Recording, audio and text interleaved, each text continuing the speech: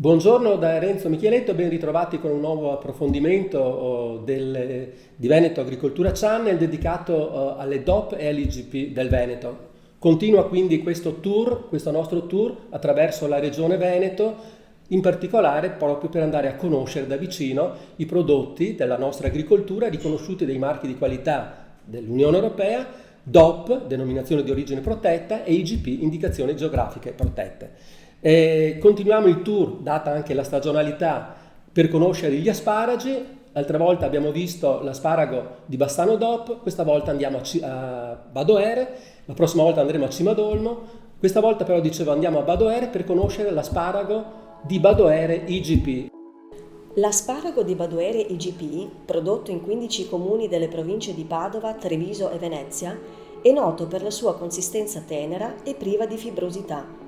Può essere di colore bianco o verde. Il tipo bianco si presenta dritto con apice molto chiuso, di colore bianco con possibili sfumature rosate dopo il confezionamento. Il sapore è dolce, con un aroma lieve di spiga di grano matura e un tono di amarezza appena percepibile. Il tipo verde presenta invece il turione dritto, ma con possibile leggera deviazione della punta e apice molto serrato.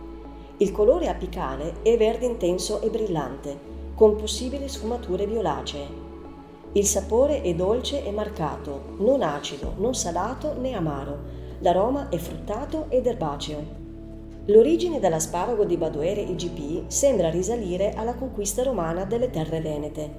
Inizialmente conosciuto come pianta medicamentale e poi alimentare, l'asparago arriva ai giorni nostri grazie alla tradizione della sua coltura tramandata di generazione in generazione.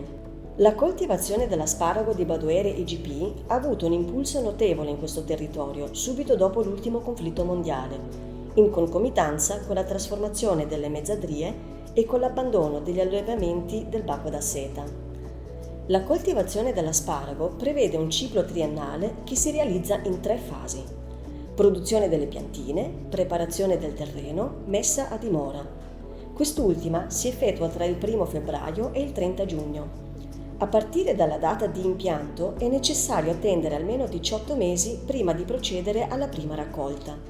Il prodotto, commercializzato con il nome di asparago di Badoere IGP, tipologia bianco o verde e categoria extra I prima, viene confezionato in mazzi legati con raffia o in confezioni alimentari idonee. Siamo in collegamento con il presidente del consorzio di tutela, Carlo Benozzi. Grazie Presidente per essere oggi nostro ospite e io le chiedo immediatamente come sta andando la produzione 2021. Allora, la stagione del 2021 è iniziata con difficoltà perché prima siamo stati costretti ad irrigare perché c'è stata una siccità non indifferente, però il danno maggiore l'abbiamo avuto con le gelate che hanno creato molti danni sull'asparago, sia bianco che verde, soprattutto sul verde perché il bianco ha avuto dei danni limitati a 4-5 giorni di produzione, mentre il verde ne ha risentite per una quindicina. Adesso la stagione è ripartita senza grosse difficoltà perché adesso è in piena produzione e quindi adesso ci stiamo rimettendo, però il perso ormai è stato notevole e non si recupera più. Ma come percentuale di perdite e a quanto ammontano? È difficile adesso determinarlo, però ci sono stati 10 giorni di produzione sul verde che sono venuti a mancare, quindi 10 su 40-45 giorni di produzione no, è una bella perdita.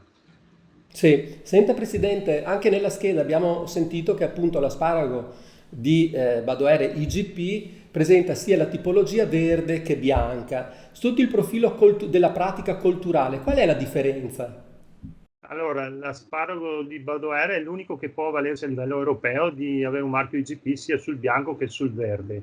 La differenza sostanziale nell'asparago verde e bianco è che sul verde si permette di fare la fotosintesi, quindi diventa verde proprio per quello, mentre nel bianco tramite delle pacciamature che vengono fatte prima con dei cumuli di terra e poi con un nylon nero sopra, fanno sì che l'asparago non faccia la fotosintesi, quindi resta bianco, ed è la sua caratteristica quello di essere bianco, di non presentare neanche delle venature rosate o cose perché diventano come dei difetti per l'asparago bianco.